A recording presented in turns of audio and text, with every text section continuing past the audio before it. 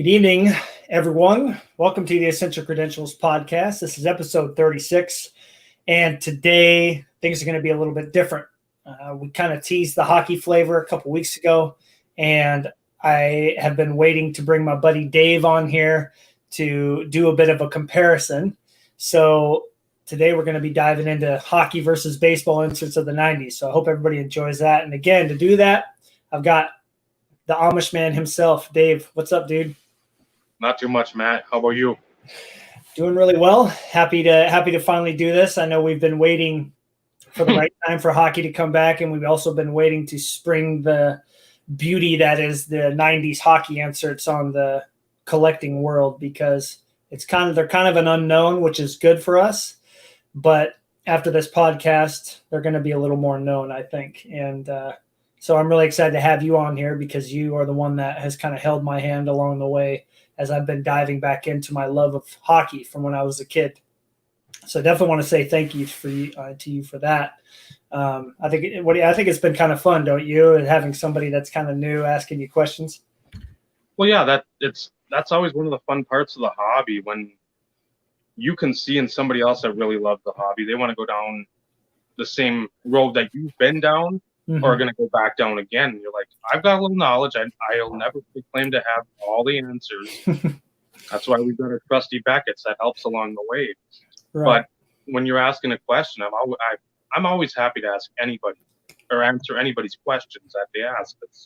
Again, I've been around this hobby for ever and a day, so I've seen a lot. Well, I mean, maybe if we get up to 20 or 30 live viewers, we can bless them with the infamous video at the end of the podcast. Huh? Maybe not. Nobody wants to see that. Yeah. So I mean, one thing that's been pretty cool is you and I interacted for the first time. You hit me up. Oh, I don't know, maybe in February, right before, or beginning of March, right before COVID kind of got all crazy here. And she said, "Hey, do you have this A-Rod?" And I was like, "Wow, I don't. It's a legacy that I didn't have." Out of nowhere, I can't remember the last time, because you must have been in the 90s baseball group there, and then you popped off Facebook there for a bit, and hit me up, and you said, "Hey, do you need this A-Rod flare?" And I said, "Absolutely." So it was pretty cool to have that interaction with you. And then I kind of, on Instagram, I found a guy named Batnob Cursive. I don't know. You'll have to go look him up on Instagram if anybody's listening, or you will too, Dave, because you just popped on there again, which is great. He was starting to post 90s inserts, and then I noticed you and I started talking about hockey a bit, and then spring break hit, COVID hit, and just like everybody else, I'm like, it's time to do something new. And from my childhood of loving hockey cards, I just kind of jumped right in.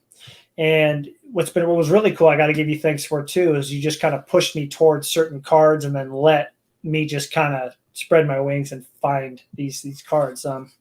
So, I mean, for you, if you don't mind me asking, what's your collecting background been like? You said you've been in the hobby for a long time. When did it start, and how did you kind of get your feet wet in all these different sports? Started in '86. We had a Pomida up in Ely. Would always go there with my mom. I don't even know how many times a week, but Topps football. That was my main drug of choice way back then. Then you'd go to the other grocery stores, the drug stores in town, pick up baseball here, you pick up a little football there. 90, 91, that's when I really started, like, okay, I got to take a little better care of my cards. I was 10, 11 years old, and it's like that Frank Thomas Leaf was a big card. So you're like, I got, that's a dream card. No number. Oh, yeah. But then you start going like 92 Bowman was big for me. And then hockey, that 90-91 class of Upper Deck. Oh, yeah. And then I'm like, okay, I'll do a little hockey. Derek Plant, a former Buffalo Sabre, graduated Cloquet Esco Carleton. We were down in Superior, and that's right across the bay. So I was able to collect him, meet him as a young kid. So then I really got into hockey and started picking that up, along with football, basketball. I mean, it was just anything that had a visual appeal and stuff that, I mean, you'd watch college basketball, you'd watch college football, and just whatever was on, you'd watch, because you're a kid TV, you wanted to go outside after the game, emulate these players, Right. do whatever. It's like you watched everything because you had a whole network of friends that collected and watched everything or were involved in everything. So, I mean, I just kept on collecting whatever I could, whenever I could, with the money that is allotted or Right. earned. So, and a lot of these cards you'll see from both Matt and I tonight are going to be, wow, we wanted those back in the day, but Yeah. if you could find them, you weren't getting them because we weren't raking in the big bucks. For sure. That's again, just like when I got into collecting A-Rod again 4 years ago. I mean, I was looking at cards that were, a dream. You'd see them in Beckett, and oh man, I don't know if I'll ever own this, but they're really cool. And to be able to go and be able to pick up the hockey cards, that's where it all started for me. When I'd go into card shops, that was what I was there for. I was there for goalies and hockey cards, and bless my dad, he took me so many times, probably half the time he didn't want to, but I'd go in there and I'd look at those glass cases, and I'm sure some of these were in there, but I never would have thought, after looking at the price tag, like, oh, okay, I have a legitimate shot at owning this card and this card here. But yeah, I'm kind of the same thing as you, man. Get some money and go grab some cards and hope there's some goalies in there, and pick up my Barrasso and Penguins cards. Go Penguins. Yeah, that's pretty cool, man. So, you've been collecting ever since then. I'm interested to hear your answer. What do you think sets hockey apart from baseball when it comes to the design of the 90s inserts? Like, we know about in baseball, the Crusades and the prize collections. These inserts are not in the hockey, does not exist in that world. But I know, since I've been getting in, that I have a pretty strong opinion with this. So, what sets the hockey cards, apart from baseball in your mind? I think just how expansive the people who were designing the cards, their minds were to putting foil, the layering of everything on there, and make it just such a visually stunning card, and to make them rare. It wasn't, okay, we're going to have 8 million in these cards. You're going to have to bust a lot of product to get some of these cards. If we're putting in the man or woman hours to design these things, we're going to give you an acetate card that's die cut and has a refractive finish, and we're going to number it to 500. You're not going to pull one of those every box, so it's a $5 value box thing. We're going to give you stuff that is amazing to look at now, back in 96, 97 or whenever, and to this day, 2020. The stuff that it's just, we're gonna try whatever. If something sticks, we keep rolling with it. If it doesn't, Right.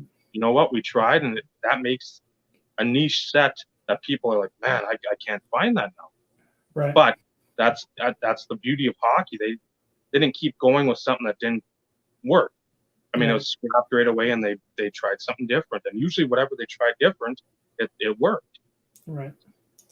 Well, to kind of go off of that, for me, I always was fascinated by the art side of hockey more than baseball. Like, one episode that we're going to do in the future with, in regards to baseball is like, what makes a card stand out to you beyond the design of the actual card, right? Because I think the player on there, whether it's a really cool looking photo or, Alex with his glasses on, or the Mariners teal jersey, for me, those are two things that always stood out, where Alex is, swinging the bat, and he's got the glasses or he's got the teal jersey on. I want to say what's up to Nate and, of course, Classic Cards. I have both you guys in here. What's up? But for hockey, man, I think it's so cool with the goalies that the masks were always like something I was drawn to from a very young age. And so you've got art within the art, if you know what I mean. And that's why, the goalie cards have such an amazing design to me, is that even if you have a basic card design, but you put a goalie on there with like a mask shot, right, where it's a close-up of the mask or him making a great save, I think you've got cards that stand out beyond baseball. There's like the Bonds with dropping the bat when he's jacked a home run, or the Rick Ankiel right in that beautiful delivery with the high leg kick, or Josh Johnson like throwing a pitch really hard. There's some things like that with baseball, but I think hockey, especially with the goalies, for me, just kind of I've been deciding that design-wise, I think they've got a leg up on baseball, at least with the pictures of the player itself. You know what I mean? So for everybody that's here watching live and everybody that's going to be watching recorded, we're going to go through each set and all the companies that made baseball in the 90s besides I think Classic, they did it. I feel like there's a brand I'm forgetting in baseball that isn't in hockey, but Fleer obviously made hockey cards minus 2 years, which we'll get to. Donruss, Pinnacle, Pacific, and Upper Deck. And then Skybox, yes, of course. Skybox was the one that didn't, I don't think, they didn't make anything. Right. So there was no, just to kind of prepare everybody, sadly enough, there were no essential credentials. There were no Donruss Crusade. There was no Donruss Prize Collection, although Donruss made hockey cards, so not sure why they didn't make those. What other sets were not out there, like iconic baseball sets? Like you had the Circa Super Raves. You won't see any of those. The PMGs, there were no hockey PMGs, which is really a shame, man, because just to think, and we'll talk about why that is. No 24 karat gold. 24 karat, yeah. No Flair Brilliance, right? So excluding some of the iconic hockey or baseball cards that are, when you come up with a top 10 list of anybody's player collection, those cards that we mentioned, if they have them, will be in the video, hands down. But there are some cards that they also made in hockey that I think was fun to see, because what you're going to see through this podcast is that hockey was the last sport that was designed for mini set. And this just kind of common knowledge based on when the sports come out and when the year flips for baseball, right? And football and basketball and then hockey. So a lot of companies, I'm sure you've noticed this too, Dave, is like you'll see a design in baseball and you're like, oh, that's pretty cool. But then in hockey, they tweak it a little bit, right? Mm-hmm. They add just a little more, flair, especially like the Pacific sets. I feel like they added just a little more design flair even to the base cards to make you go, ooh, like, okay, I see something cool is going on here. Or, the Pinnacle sets too. They would do these different parallels and they would add more shine or they would add more etching. And yeah, I just think it's been really cool to see just how the hockey evolved from where the baseball started. I mean, what do you think on that? Oh, there's definitely some ebbs and flows with that where, again, you can see the base template for the other couple main sports, whatever company it was that did them. And then all of a sudden it's like you get to hockey. It's like, oh, well, what do we have here? There's a little more shine where there wasn't shine for football, or there wasn't shine for baseball, or there wasn't shine for basketball. Wow, they learned from that decent insert set, and then they tweaked it and made it better for hockey, and then you got hooked because it was like, well, I love the Team Pinnacle for here, but now it's a little mirror over here. Right. Why did they think of that? And I'm glad they did. They definitely, I wanted to grab this as an example. They definitely had a little more fun, it seems like, with the hockey, and we're going to go into Fleer here in a minute. To quote Jean, I talked to her this morning. We were chatting about that. I asked her a couple of things. I said, why didn't Fleer design hockey cards during the PMG Essential Credentials craze? And she said they didn't have the license. So that was really a bummer. But one thing she did say to me is that she and her husband really enjoyed doing the hockey cards again because there was so much more to play off of with the pictures of the players. If they could really design the cards knowing that the jerseys were more colorful and the goalies had, the masks and the pads and the gloves and everything. And there was just so much more color in every photo. So she said that hockey was probably, after baseball, her favorite to design just because there was so much going on. And this is a Pinnacle card that I think embodies why I think hockey, especially goalie, sticks out for me. This is a 94-95 Pinnacle design, and I believe this is different than the baseball base design too. So here's the picture of Jocelyn Thibault, and I'm going to zoom in on this here. One thing that's really cool about hockey is that you've got, if this was a baseball player just standing there with his hat on, I mean, it would look all right. But with the goalies, you've got the detail of the mask and the color of the jersey and how it complements the card and the mask as well. So I think for me, even a base card stands out more than a baseball base card. It's just like, man, look at how cool that design is. You know what I mean? Do you have anything that popped into your head when I was mentioning that? Yeah. There you go. So there's the artist proof, right? Mm-hmm.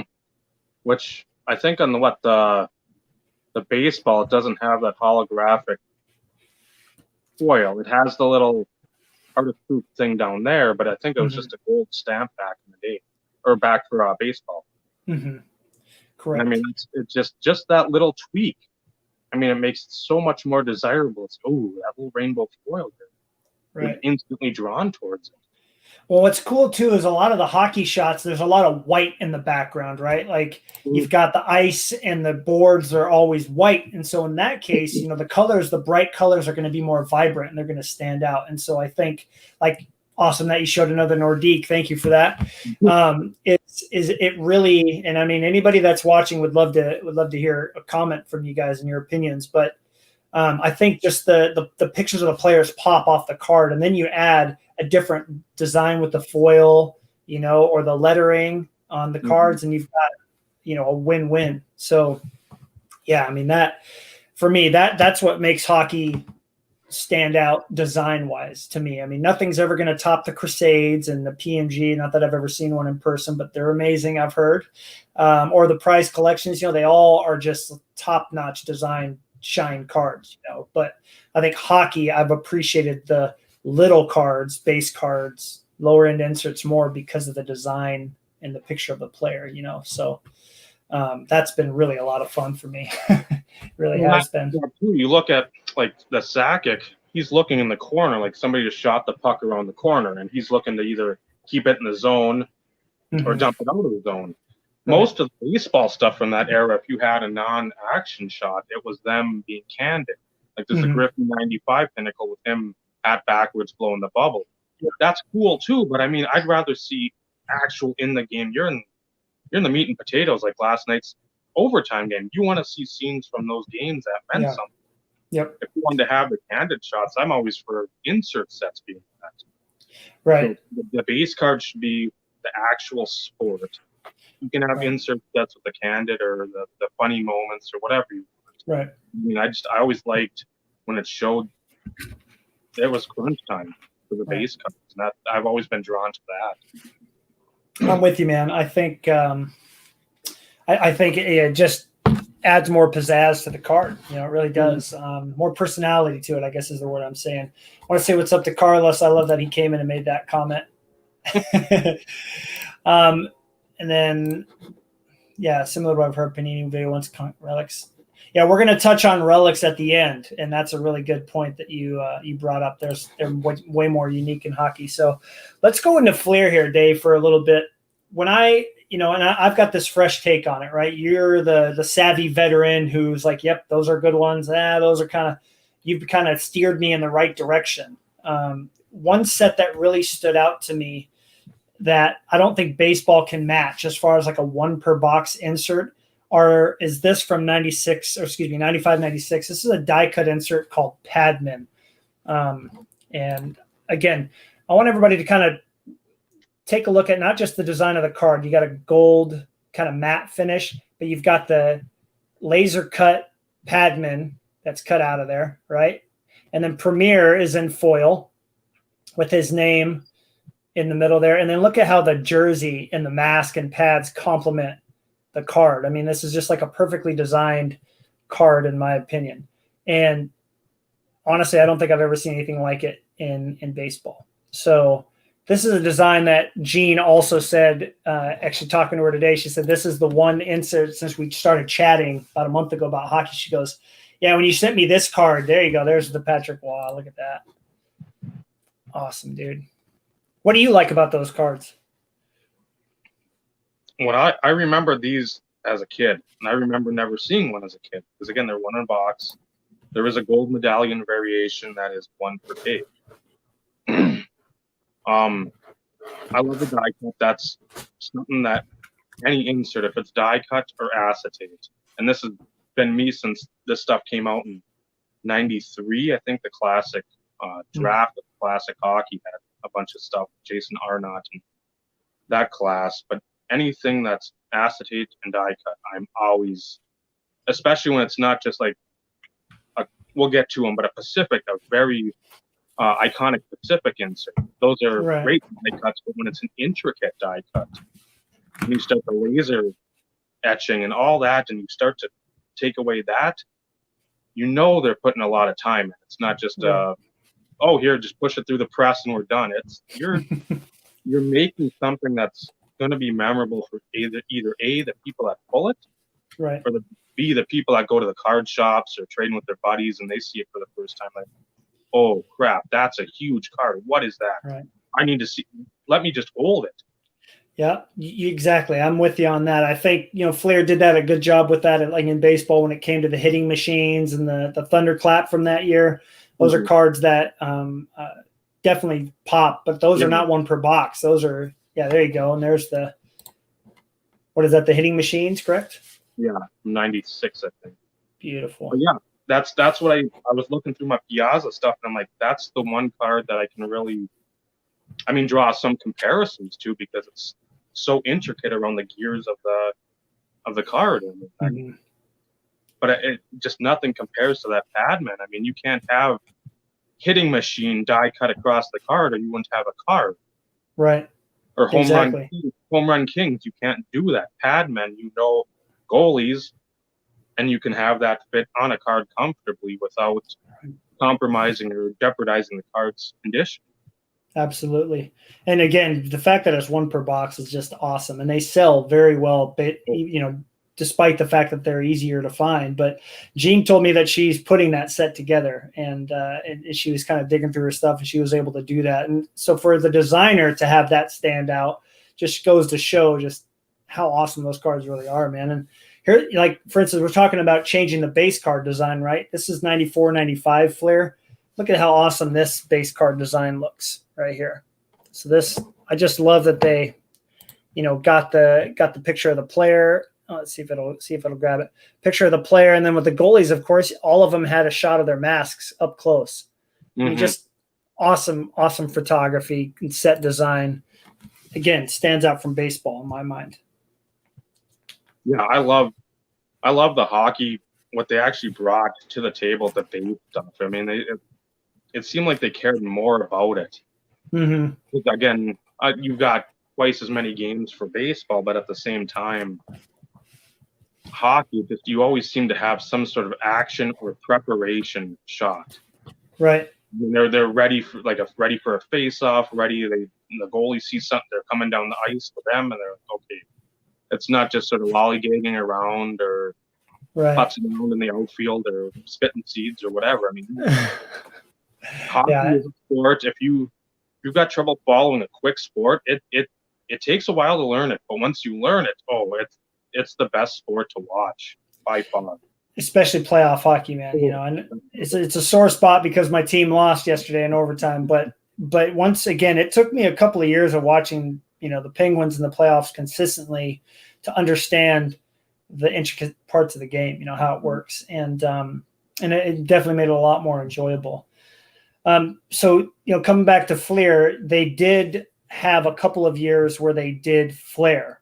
Do you have any examples of the base card from the first year they did it? Because I do not. So. I don't think so. That's okay. Stuff I have not yet picked up, but they are nice. I've seen them before, and they are. So it's similar to the 94 baseball design. So if I often think of the A-Rod rookie from that year, and it's got that gold R for Rodriguez. And, it's very similar to that. So they did that, and then they did the 96, 97 set. So for Flair, and Flair is just beautiful to begin with, right? I think we can all agree, anybody that's watching, that Flair is one of the best base designs for baseball as far as having the pictures on there and the thicker card stock. But let me show you an example of the base here. Here's the base of 96, 97 Flair. And it's got that little sparkle to it. So it's almost like, the row ones from a couple years later in baseball, which I like. And then they did a parallel to number 250. It was called the Blue Ice. And it looks like this right here. So Nice little blue background, says Blue Ice down here. It's blue back here, but as is the base card. But I just like that they did a parallel. Do I think that it would have been better with the Legacy? Absolutely. But a lot of people on Instagram that I've seen really like these parallels. They're really popular. So yeah, that would have been nice to have the Legacy to 100, and then the Masterpiece. One of one. That would have. You want to talk about some explosive cards? Oh man, that would be amazing. Wallet busting. And then you had these inserts. Take it out, but what's really cool for me is, a lot of these I don't know because I don't, Jocelyn's not in this. So what is that? That's from Flair, right? It's a now and then. I believe it's the rookie class that they were in. Okay. So you've got Mario Lemieux, Patrick Waugh, and Kirk Muller. And that's them as of 96, 97. And on the back, it shows them back in their rookie years.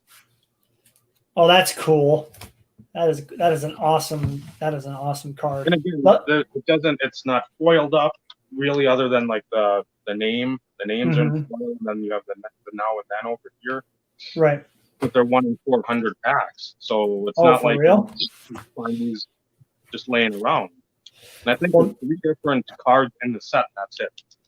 There's Gretzky's in one. I don't know if he's with like Dougie Gilmore, and then there's a 91 with like Forsberg, Lindros, and I think Scott Niedermayer. Well, so, go ahead. And then, that's it. That's your 3-card set. I wish they would have done more, but at the same time, good. That makes it a set you can manage to find, and probably not break the bank and still really enjoy, because it's 1 in 12, or you have 3 cards that are 1 in 400 packs. So, and Flair, that was what, a 20-pack box, 24 if that. 4, with 5 per pack. I want to say 5 or 6, but you kind of reminded me that hockey did something different too than baseball, and that their odds and their inserts were different. They wouldn't stick to that 1 out of 24, 1 out of 12, 1 out of 8. They would make a case hit in Flair, whereas like the hot gloves in 94 baseball were 1 per box. And I don't think there were any.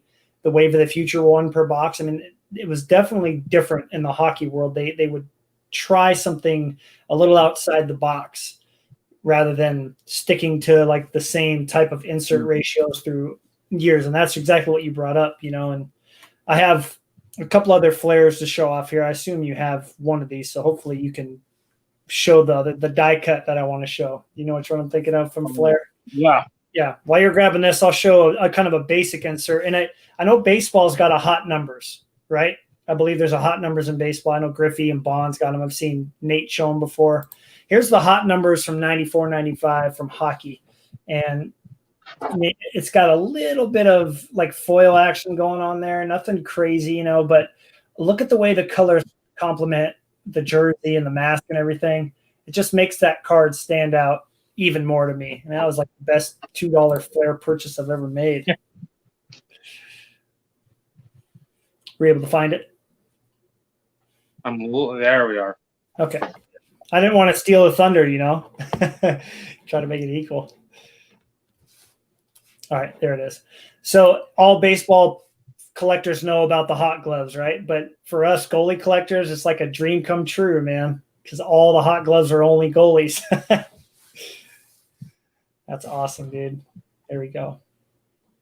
The only bad part about that, I wish there was more foil on there, more like embossing or something. But it's a pretty basic, just card die cut. You got a little foil. I like it. I'm not gonna knock it, but that's to enhance it. That would have been insane. Right. Yeah, that's amazing. So again, we're going to be giving everybody just kind of a little taste of hockey. We don't want to show off everything. We'd be here for way too long. But I will say that for Flair, they had a bit of a gap where they didn't make cards. And I think that definitely, is a bummer because they missed out on some of the more iconic sets of the 90s that all sport collectors collect. And so it's definitely one of those what ifs, but nevertheless, I think they still had the ability to design some really cool cards. Jean and her husband had a lot of fun with playing with the colors of those cards, and it definitely shows. So for anybody that wants to get started in hockey, I would definitely recommend you go look at some of the Flair cards in the 90s, especially the goalies, because A, you and I have them all that we want, so we don't have to worry about that, and B, there's still a lot out there. There's some great goaltender cards to collect. But let's move to Pinnacle. I feel like Pinnacle has the. You want to do Ultra first? Get rid of all the Flair? Oh, that's right. Well, I guess we can touch on it. Yeah, we can go to Ultra real quick. Did you have because we went to Padman. Did you have one more you wanted to show? A couple. Okay, go for it, man. Oh, of course. Yeah. So explain these inserts as compared to baseball for us, because these are pretty cool. The one, I'll go with this one first. It's out of 96, 97 Ultra acetate, as you can see the finger back there. These were a case hit. These are 1 in 350 packs. And it's acetate. That's it. There's no serial numbering, no foil, there's no die cut, acetate. These still sell remarkably well. I showed you, I think, the Jim Carrey, or you stumbled upon that when you saw this card. I showed it to you, Matt. And yeah, that Jim Carrey sold for like $67. Mm-hmm. If you don't know who Jim Carrey is, it's not the actor. It's the old Washington Capitals and then Boston Bruins goalie. But that thing cost me, I think, $150. And I mean, Krosik went for $140. I think a Yager went for about $170. So I mean, it's not just a flash in the pan. Oh, whoa, that's just a rogue sale. It's finding those, jump on them. Right. This one is out of 94, 95 Ultra, and there's two variations. I do not know the difference other than, like in print run, you just have the silver rookie here on the side, and there's a sparkle, sort of like an atomic refractor version 2, and I've seen 2 of those, and that's another just acetate. Awesome. And there's no odds on those, but I'm guessing that's a 1 per several box full. But one of those just sold at auction for $86, the sparkle version. Is that an on purpose sparkle version, or is that one of those like misprint? Yeah. It is, okay. They listed 2 different variations, so next time you talk to Jean, ask what's up with that, because that's one question I'd ask her, because I'm like, oh, why did that sell for, I think I got it for like 15, 16 shipped. Might have been an aberration there, but that sparkle is sold. I think ComC had one. Not 120, and it's sold. I don't know if it's sold for 120 or what, but I mean, you're still talking about probably over 60, 70 bucks for that one, and then one at auction for 86. So there's a lot of variations out there, and if you aren't careful, you may pass on something that's ultra rare that Matt and I might not even know about either, because I mean, there's just little variations along the way that sort of they put out there to sort of slip up your mind, like, that's the same. Right. I feel like in hockey, it's a lot less known, which is a good thing, but you recommended that I buy this right here, the Beckett with every single card from every set up to 2018 in it. I think that's really big because hockey was a bit more mysterious with their odds and their inserts and variations and things. You really have to, do a little more digging, and there's no baseball cardpedia. There's no hockey cardpedia that exists. So because of that, you really have to, rely on your friends like I have with you for knowledge and other collectors that you get in touch with on Instagram and say, okay, why is this so expensive? And what am I not seeing here? Like, oh yeah, that was a variation or a salesman sample that most player collectors never find. I'm like, geez, I didn't even know, So, Fleer. I'm glad you got to show that off. Fleer with the hockey, man, they did some really cool things with their case hits with their really, really rare cards. I mean, they didn't have a starting 9 type thing either, obviously, because that's a baseball only. But I mean, they really got to play around with that technology a lot. And I don't know if I'll ever own one of those clear the ice. And my guy's not in there, so it's almost a blessing. I don't have to worry about it. So going on to Pinnacle, though, I feel like Pinnacle, every sport has their iconic insert for that sport only. You know, like when you think about baseball, you know, hitting machines, obviously with Flair, that's a baseball only thing. But if you think about like, say, hopefully somebody that's watching can help me out. Is there an insert that is it like an only ever find it in baseball that really stands out? I think you have an example of a Piazza there, right? I think of a Pinnacle insert, an acetate card. There you go. So the Skylines, right? I mean, no other sport had those, correct? No. Okay. So you have those out and you think, man, those are some of the coolest, unique looking cards, right? But then you realize that, hold on, Pinnacle also had the same, and they're very, very popular with goalie collectors. You know where I'm going with this, right? Mm-hmm. So when I was a kid, you know, my dad got into collecting cards too, and there was Pinnacle did these subset cards called masks, where they would take a picture of, I should go with the Brian Hayward, shouldn't I? This is a mask in the Hall of Fame. So it started out like this, very basic, right? You've got a black background, kind of like a photo box, right? And they took a picture of the mask, put the player's information on there. This mask designer is one of the all-time greats, and so that's why this mask is in the Hall of Fame. But they went from that to, I think you have the newer one, so I'll let you do those. But a couple years later, they went to the first Dufex style mask cards, and they looked like this right here. So you've got kind of the crazy lightning in the background. You got a nice close-up shot of the mask with some Dufex going on, and then the player on the back right here. Just super, super unique card, and hockey is the only one to have anything like it. You know, imagine if baseball did something like this, they'd all be the same. All the catchers had the same masks. Yeah. Do you have any other versions from? I'm here. See, yeah, there we go. They had them in 93, 94, but their checklist wasn't super strong. I want to say Van Beesbrook was probably the biggest name, and you can still pick that up for $10, $15. Okay. 94, 95, that's when WA was in, and that's tough. But again, you got the Dufex on the front, and then on the back you got like the foil board. Oh, sweet. I didn't know that it was like that on the back. It's almost like those Z teams, similarly. Yeah. Cool. And then you just showed the 95, 96 that are the lightning in the background. Nice. And then 96, 97, they started putting die cuts in there too. They were, I think, 1 in 249 pack. Right. Kind of case hit. The regular, which I'm not as big of a fan. I don't like the front look. Like I'm with you. Not a big fan.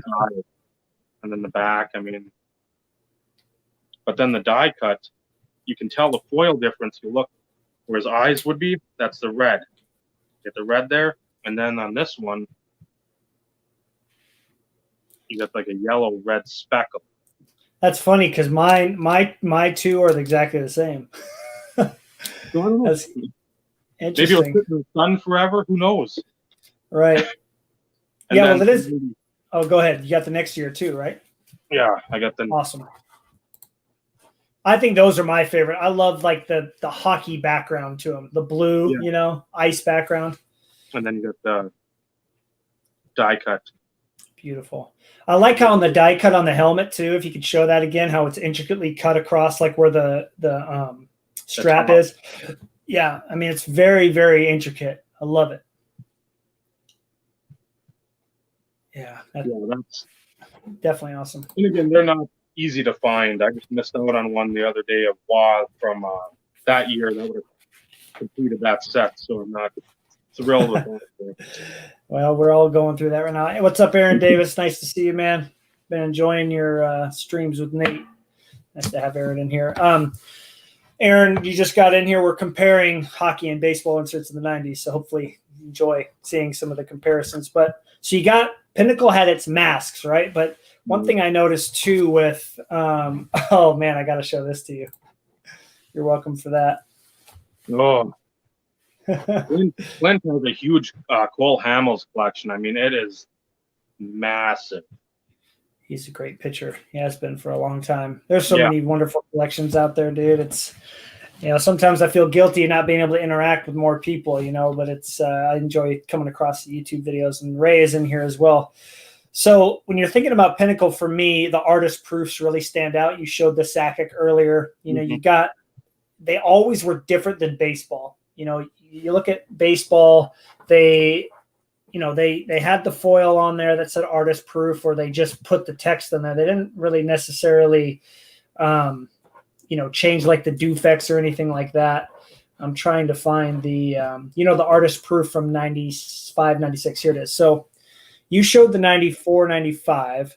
Mm-hmm. Here is the 95, 96. And this is where baseball had it different. So if you remember 95, 96, or it would be 96 baseball, it was Dufex like this, but the artist proof was all through the card, right? Set it all the way across. So the only way to tell is right there in that corner. I'm just going to grab it. It says artist proof right down here. So I think, again, it's a little more subtle. So I probably prefer the baseball over that. But the year after looks really, really good because, again, they kind of went with what baseball was doing, and they just, made that foil nice and snazzy. So I think sometimes, with the way hockey differed itself, it made it tougher for player collectors, and like in this case. But I also like that it stated in Beckett what the print run of a lot of these artist proofs are. And I think it was, 400 to 500 of each one? Yeah. At least the first couple years. And then I don't know what they said for the 96-7, but yeah, the 94-95. When I was getting back in, I bid on a wad. I was thinking, okay, 45-50, that was going to be strong. Went for 100, ungraded, and this was back in April. So this wasn't all of a sudden that hockey starting up and whatever's going on. This was April, and again, I know he's got a big fan base, but that was sort of a wake up call. Like, okay, you're spending a little more money, but again, obviously, if it's going for that much, with multiple bidders above $70, there's some sustainability with these cards, because again, not everybody's dumping them because either A, they don't know what they've got, or they know what they've got and they just don't want to. Like, no, I took forever to get that. I'm not part. Good luck. Well, I think too is we were talking about this before the podcast started. Anybody that's watching right now, and especially if you're collecting baseball, you know what artist proofs are. They're great parallels. They're not really necessarily expensive. Some of them can be, obviously if you're a Griffey collector, a cheater, you're going to have to pay upwards of $100 maybe for those. But, in hockey, you would think, those can't be that expensive. But they're more limited in hockey. They were typically one every other box, whereas an artist proof for a lot of baseball sets were one per box.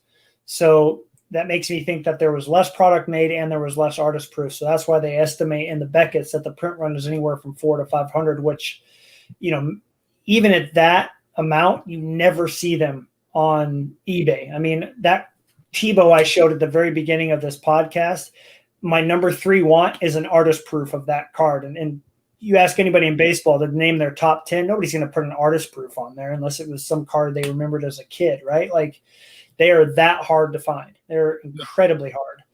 And so I think that's pretty cool how Pinnacle went that route, and they made it more of a limited style, chase insert, I guess is the way to say it. What other Pinnacle cards do you have there that you'd like to show off? We'll show off, and there I believe there's multiple variations of the Dufex on beautiful. The Team Pinnacle from 94-95. Sort of an odd camera angle, but I don't mind it because it still shows Wah in a ready position, like somebody's coming on a rush and he's getting ready to try to make a save. Well, you're never going to see a baseball picture like that. Think about it. No, that's going to see Jeter ready out there in the field. Nobody's going to take a picture of him, right? Because you just don't see that very often. Exactly. And then on the back you have Cujo, but yeah, there's a Dufex, I believe, with Cujo, and then Wah has a. They have a variation. That's cool. And then I don't have it out, but the Pinnacle, it's a 93-94. They've got an American and Canadian, the Team Pinnacle. One is like the background, it looks like you and me are sitting there in the stands, and I don't know which version, if I think it might be Canadian, has the people in like art, your artwork. It's like artists on the background. So, and I like both of them. I mean, it's even if you don't play or collect, you can appreciate both copies of the card for what they are. For sure, man. And again, I think that when we talk about just even a base card, all their base cards of the goalies, they always had really, really good photography on there. There's some kind of an action shot, and I have to show this card off because I remember when my dad bought me this card as a kid, and this is what made me like Tebow from the beginning. And this is his rookie card, and this is a similar design to baseball, right? I believe 93 baseball looked like this. Am I correct? Yes. So I actually opened it. It's the only hockey box I've opened from early 90s. I opened a box of this and pulled one Tebow rookie. But again, I love that the similarities to baseball are there, but there's also some cards that really differentiate, from baseball. I think the best photograph of any hockey card that I have is this one right here. It's a basic Pinnacle insert. I think it's called Goaltending Greats. Looks like this right here. Again, come on now. I don't care who you are in baseball. It'd be hard to top that as far as a photograph goes. Just the colors and everything are just perfect. So Pinnacle, in my mind, they are definitely up there and doing the same inserts as baseball, but making sure they're different. And then, of course, you got to show those. Beautiful. For the listeners, what card are you showing there, dude? We're looking at some 95, 96 Pinnacle Zenith Z team. And I believe these are one of them, the WA, 1 in 72. But I think there's about 500 of these as well out there. Mm-hmm. I think Brodeur was a little more prevalent because I think, he had a promo variation as well. Oh, that's right. I believe at the time he was a spokesperson for Score Pinnacle. Mm-hmm. So his are a little more adjusted in the books in the back. But I mean, try to find one of these of any of your guys out there. I think there's 18 in the set. So it's just like I think baseball and football. Mm-hmm. But again, they're not as cheap as you think. A lot of like not well known in the last 10 years, 5 years, whatever it's been for like the Essential Credentials, the Crusades, some of those big ones. They're too pricey. They're not going to be. If you find them for $10, you better scoop them up. I mean, whoever it is. For sure, man. But I think one thing that's amazing to me is the hockey sells better than the baseball because you can get the Griffey of that same card for like $40 or $50. But the Patrick Waugh is going to cost you $100. And I'm like, man, that's really interesting to me. The Brodeur is also expensive. I'm seeing some great quotes here. Aaron Davis, fantastic. Pinnacle was ahead of their time. Dufex was awesome. Joshua, I said the Team Pinnacles are nice. Again, I think anybody that's watching and seeing these cards for the first time are going to notice that the cards, in a sense, pop more because of the player pictures. When you mentioned Score, we can kind of just transition into Score and Summit and all these other sets that have some great photography. For any of you baseball fans out there, a card, I still do not have one. They're very tough to find. The Score Platinum Team cards, those are still some of the best looking, cheaper cards that you can buy in baseball. You know which ones I'm talking about, right? Mm-hmm. But man, I don't care who you are, the 94, 95 Score Team Platinum cards might be one of the shiniest 95 and prior cards ever made. And I'll show people here, like, not only are the colors amazing on this card, the picture, but I don't even have very good lighting in here, but let's see if I can grab. Look at the shine on this thing. You can kind of see it reflecting. When I get this thing in the sunlight, man, it's like get your glasses on, but just the pink on the outside here with the yellow and his turquoise mask. I mean, this card is definitely, if I do a top 25, it will be in there. It's perfect. The shine that they had back then and how they got it to shine as well as they did, I don't know. Yeah. But I know a lot of collectors then, a lot of collectors over the years, and a lot of collectors now. That's something that's always just been, you talk about a shine and you see that rainbow foil, even like a Score Dream Team. Oh, man. Oof. I mean, it's like that hologram style there. But I mean, that people think now, wow, it's cheesy. Back then, get a hologram. That was big time. Yep. Any of those early Upper Deck collectors, which we'll kind of touch on at the end. Everybody knows that early Upper Deck stuff with the holograms. Love that stuff, man. And then if you look at, I know baseball did a Dream Team set. I remember that. There's a Griffey, right? They're definitely, hockey would do two things. Like when it came to the parallels, Summit especially, they would, their artist proof from 90, is this 96, 97 or 95? Okay, 95, 96, 97. So, baseball has this exact design, basically same artist proof, right? You got it on the outside here that goes around, and then the foil here and on the name. So that's the same. And I will say that Summit artist proofs are like impossible. They never show up. But then what's funny is they also would do this. If you think about the Summit artist proofs, they didn't do artist proofs like this. They did a, what was that called? The nth degree, right? They did an nth degree, but then the artist proof didn't change. You just had the label on there. Well, look what hockey did the year prior for artist proof is just ridiculous. Gold foil, one out of every other box. That's just absolutely sick. And then on the back, you would have the artist proof label there.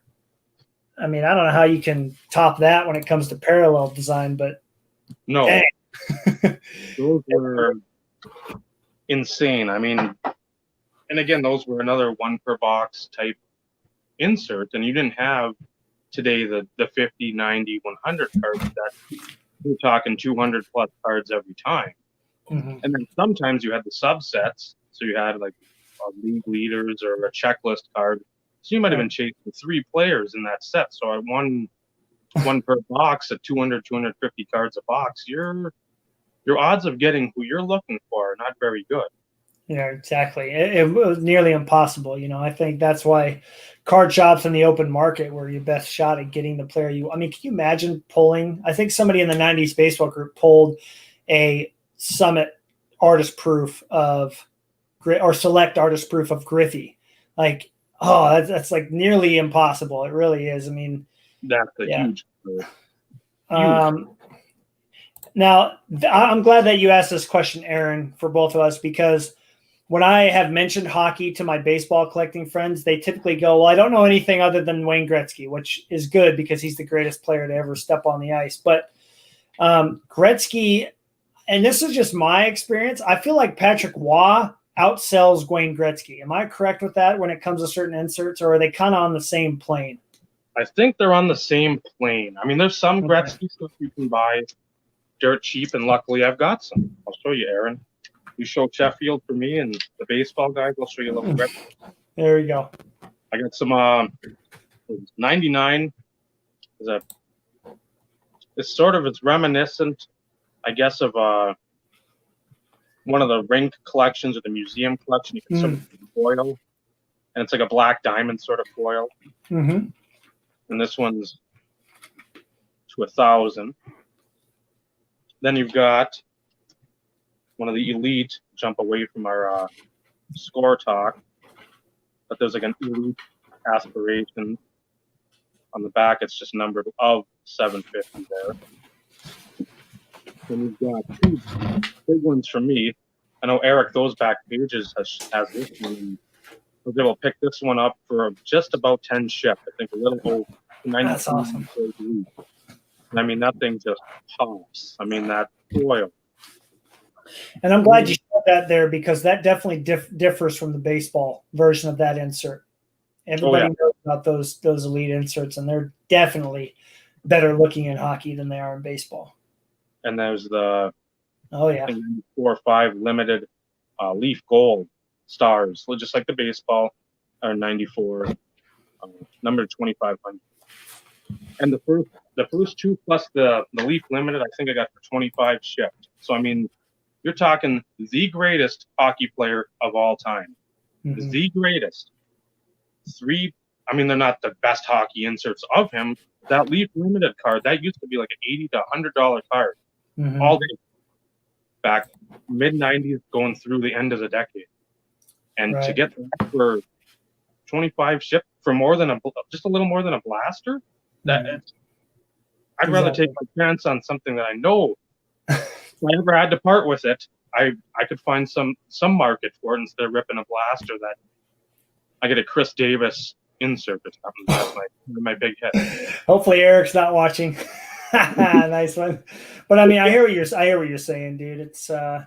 There's definitely an unknown market for hockey still, and I know maybe one or two people might watch this and say, hey, I should go grab one. Do it, because eventually people are going to make their way to hockey. Since you touched on Leaf, I have 3 here that 1 they did in baseball and 2 they did not. And I feel like Leaf, they really had some fun. Leaf and Donruss really had some fun with the die cutting when it came to their inserts, and serial. Obviously Leaf and Donruss, you're going to get a lot of serial numbered stuff, but one that a lot of baseball fans, if you're a Frank Thomas fan, you'll know this card right here. He had a whole insert set like this, but in hockey, it's called the best of, and it looks just like that. And talk about just a gorgeous card. Nice little die cut. Looks just like a chunk of a CD. There's the back. It's numbered out of 1,500. And for being out of 1,500, I've seen this one on the open market in the whole few months that I've been collecting Tebow. Just a gorgeous card, and it makes me think, imagine if they would have done all the players in baseball, what a Griffey like this would do. Or A-Rod, obviously. I mean, he would have been in there, but yeah, Jeter. Who knows? Yeah. I mean, that Bonds, that could have been awesome Crusade before Crusade. It would just be an amazing set. I'll show one more because I think you have a few of these sitting there. I got to show this one right here. I don't know if baseball did one like this. I'm pretty sure they didn't, but this was from 98 Preferred, Donruss Preferred, and they did an insert set called Color Guard about all goalies. And you got gold foil, you got acetate. It's not die cut in the windows here, but it's die cut obviously on the edges, and then there's the back. It's even a shinier gold foil. So in my mind, this is one of the coolest looking cards. I remember that and the best of were 2 cards. I'm like, I got to have these. And thank you, Aaron. I appreciate that. Despite the fact that they're printed out of 1,500, those are super tough to grab at a decent price because I think everybody likes to grab those. Yeah. The Donruss stuff sells well, especially the Preferred. And like that 97, 98, whatever they put out then, it still sells well. Mm-hmm. Oh, yeah, great. Glad you showed that. Shows up better in person. I mean, there's still a lot of foil shine there around the edge, but it's got like that decal edge die cut. 94, 95 Donruss, not Arts Group, Elite Series. And again, these are not super expensive. I mean, yeah, you've seen 10,000, thinking there's going to be tons of them out there. There's not, relative to the number that's actually produced, they're not readily available. So I mean, if you see one, $5-10, pick it up. It's something that's going to be valued by you once you actually get it in hand and you see the shine, you see the efficiency of the card design. Right. Here's out of Donruss Preferred. This is the platinum subset because it went bronze, silver, gold. Platinum was the toughest. Here's the cut to the chase parallel, which are insanely tough to find. Just like baseball. See, that's cool. There's a way that they were the same, which I think is really cool that they did that for hockey. I mean, it wasn't like everybody had a platinum, everybody had a gold. It was once you started climbing that ladder of name recognition, guess what? The top guys had the platinum. It wasn't back then Mark Kotsay and Ken Grieve. It was Griffey, A-Rod, people of that ilk. Right, exactly. Oh, is that what I think it is? Is that the precious metal or is that the base card? That's the precious metal. Oh, man. So they did do that in hockey, too. That's awesome, dude. Oh, Lordy. And it has the little slip around it. So if you're looking for one or you see one, make sure it's still got, you can see it looks like it's the sleeve. That's not the sleeve that I put it in, but and under the sleeve, it's like a laminated. You can see there. That's awesome, dude. I've never seen one in hockey. That's so cool. So make sure if you're looking for this, you see one of your guy, or you see one of your team, make sure it's still got the little plastic around it. I know there's been times that there hasn't been plastic, and I stay away from that stuff. I don't have any of the nonsense collection. I've already got enough nonsense. I want to have verified nonsense. Hey, I'm amen to that, man. Well, since you're kind of talking about cards that baseball and hockey share, that's definitely one of those iconic baseball cards that are also in hockey. So I'm glad we could kind of go in that direction, because we've kind of showed a lot of difference. One Donruss card that I don't have of A-Rod that I was able to get a Tebow is the Elite status, and that's the gold Elite status. I mean, these things are just incredible cards, man. My lighting sucks in here, and the shine is just ridiculous, you know. And then, of course, these is exactly the same as baseball. They're numbered out of 100 on the back. So I remember seeing this up for sale, and then I saw the price, and I was like, there we go. Yep. Oh, man, that's awesome. I mean, come on, right, Dave? When you saw that, you're like, got to have it, right? Yeah, I was nervous about the ending price, so that's what I'm like, oh, boy. Well, then I can go off that and say the price that this was compared to what I have to pay for the A-Rod, I'm like, click. I was like, one of the easiest buy it nows I've ever made, dude. It's ridiculous, but I love it. I love that they do share some. But for me, if I can't own the A-Rod, it's really cool to own the hockey version, the Tebow, you know. And I think, man, I can't believe it shows you how much fun it is talking about hockey cards. It's already been an hour.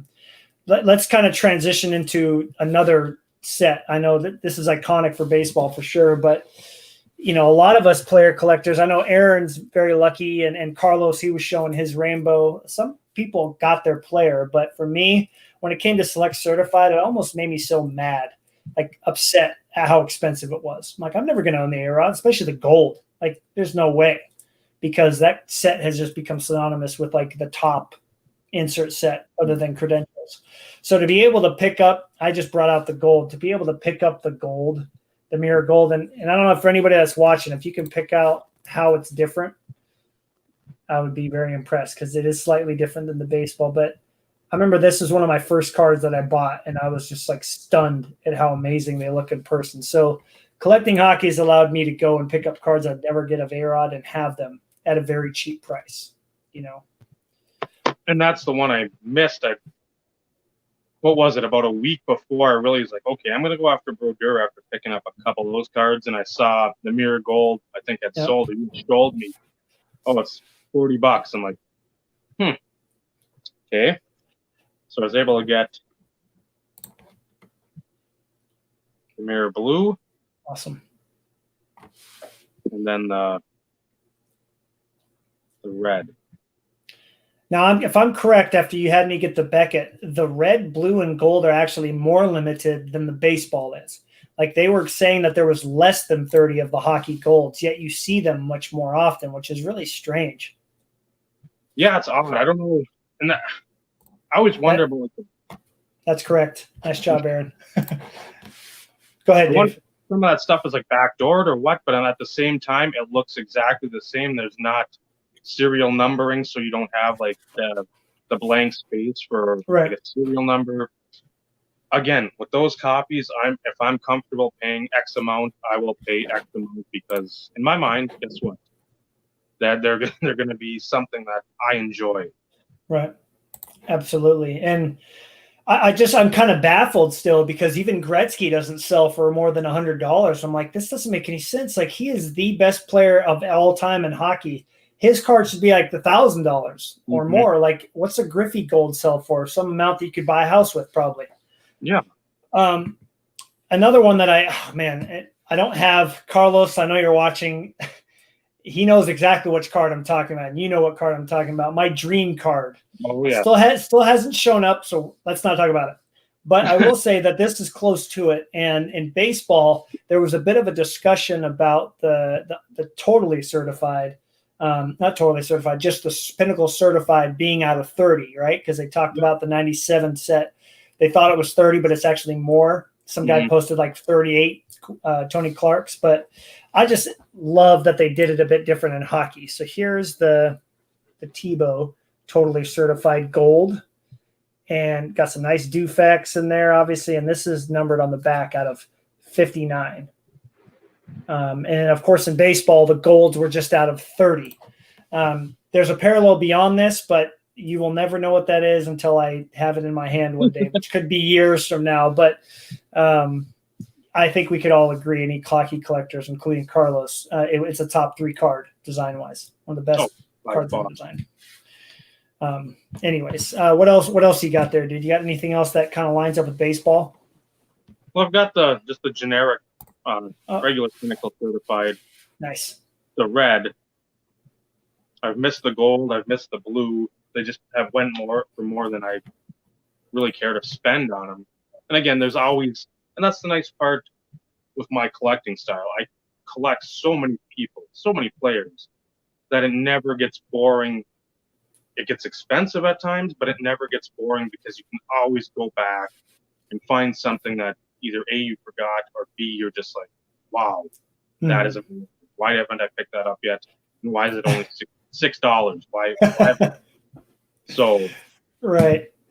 No, that's really interesting, man. I think when you're collecting, and you and I have had this discussion before, it's really important to have your wings spread out wide, man, to get into different players and sports. Because when I saw the gold on ComC and then the blue and the red were super cheap on a different website, I was like, geez, I've just got the whole run of the certified for $30. Like, this is crazy. Like, I just was so baffled by the idea of the price of it, but it brought me the same enjoyment, if not more. So one of the best decisions I ever made was starting to collect hockey again. And it keeps your hobby fresh. I mean, if you get burnt out, you're like, man, I can't find this Griffey that I've been looking for 15 years.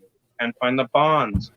Dip into something else that's affordable but equally as visually appealing and has some room to grow. I mean, everybody doesn't. I mean, I know my Kerry Collins collection isn't going to bring me a mansion in Beverly Hills. I know that, but I love the collection because I remember what I did to acquire most of it. I remember along the way the friends I made while buying from them or trading with them. So, I mean, if you get bored, you get burnt out. Right. Look at some of this stuff because, again, your eyes are going to be like, wow, what have I been missing? Even if it's basketball, if you want to go basketball. Football, I've got more Drew Bledsoes coming in than I should have ever. But, I mean, it's all stuff that you remember if you collected long ago, or you're just rediscovering now. You're like, man, I'm just in the hobby the last 3 years. I want to see what happened 20 years ago. I loved watching the Patriots. I love Drew Bledsoe. What does he have for parts? What is Tom Barrasso out there? Right. I love that comment. That's great. No, nobody allowed me in Beverly Hills. I would never be allowed there. There'd be a line of policemen saying, just turn around. You go back. you and Eddie Murphy both, right? Yeah. Yeah, I think, again, that's just what's been so cool. And then when you're collecting in a different sport, like whether you go from baseball to football or football to basketball or basketball to hockey, whatever, there's this new feeling of discovery. I mean, putting my Tebow collection together has really been just a blast. Not just all these inserts that are big time inserts, but putting all the base cards together, man, like, gives you something to chase, and it really has kind of reinvigorated the hobby for me, my love for the hobby. We don't have a ton of time to touch on this brand, but honestly, Topps didn't do a lot with hockey. They had a few sets with refractors and a few cool insert sets. I'm sure you have way more than I do, but I feel like they're the least represented brand of all the major brands in hockey. They really didn't, from what I could see, they didn't do a whole lot of experimenting and fun with the sport. They kind of focused all their energy on the main three. So, like, if you want Topps, it's basically like baseball. Here's your mystery finest. That's your mystery finest refractor type run. I mean, the way, the home, which are they're nice cards, but at the same time, they weren't going out on the limb trying something different. Right. It was basically whatever worked in that baseball template, we're going to stick to it with hockey. And they didn't really have hockey in the 90s. I think 98, 99 was their first year back since, 90, 91 or 91, 90. Yeah, no, they did. 93. Right. They had the Topps Gold. So, I mean, they didn't have, from 93, 94 until right. 98, 99, that's when they started back up again. So you had about 4 or 5 years without Topps where they could have.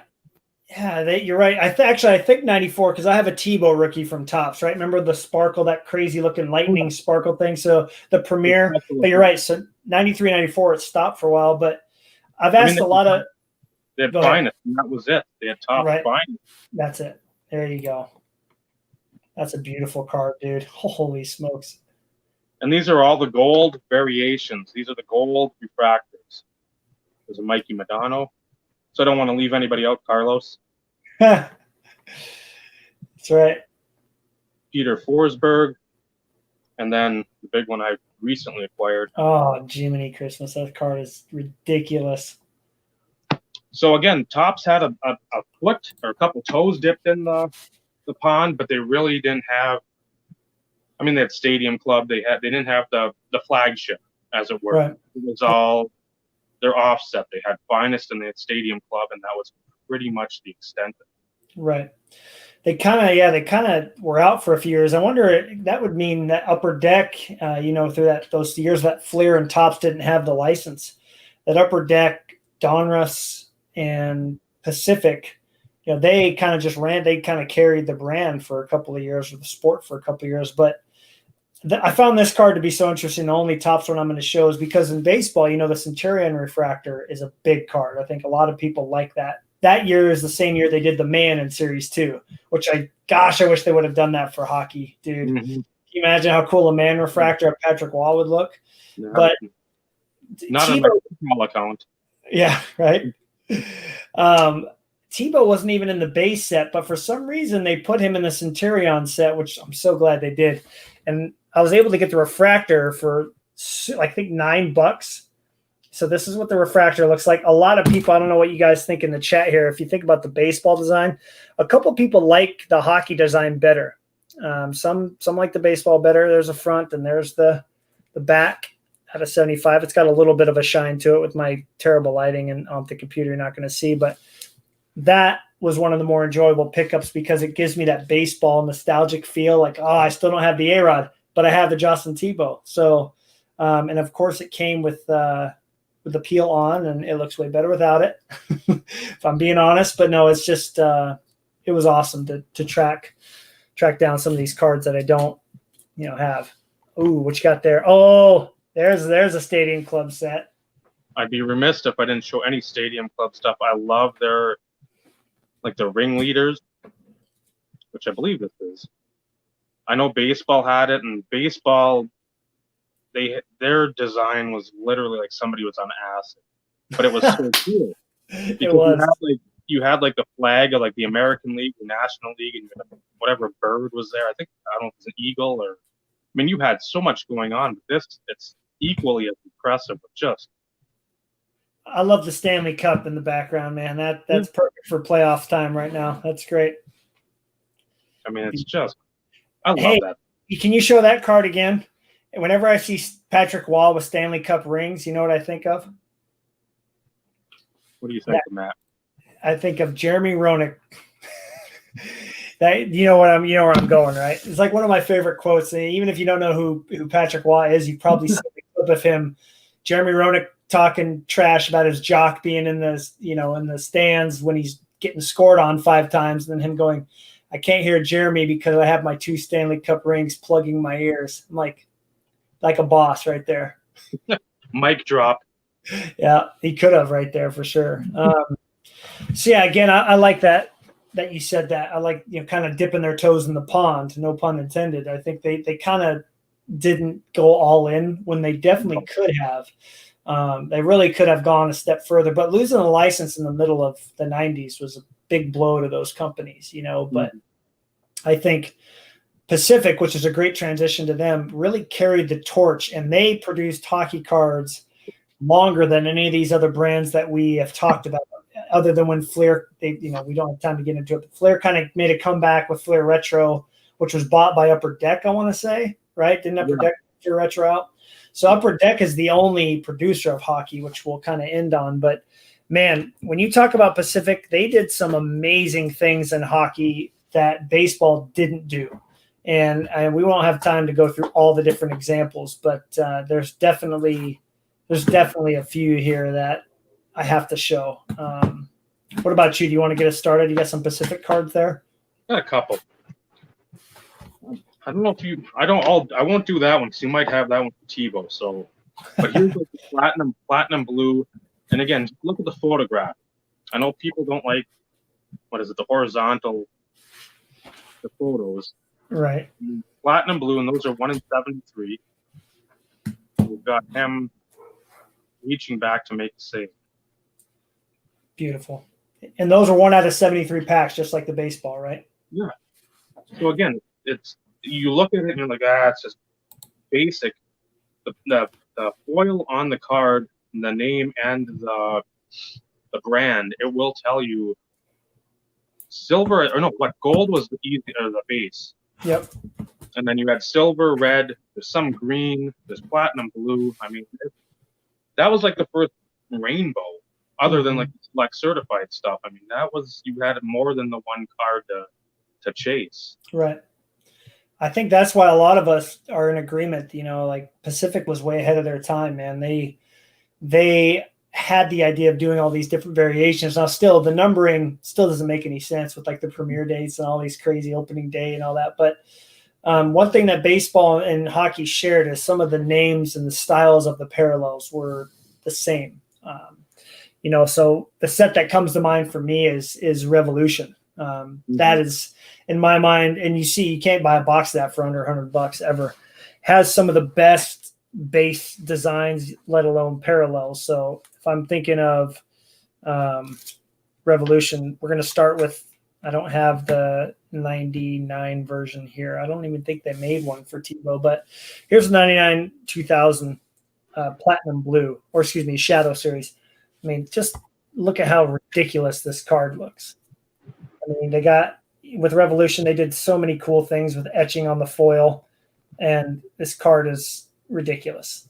That's all I'm going to say. I think it speaks for itself, especially with the black bordered one touch. And then the year after, they did this design, which is completely they didn't have a 2001 Baseball Revolution, but here's what hockey looks like.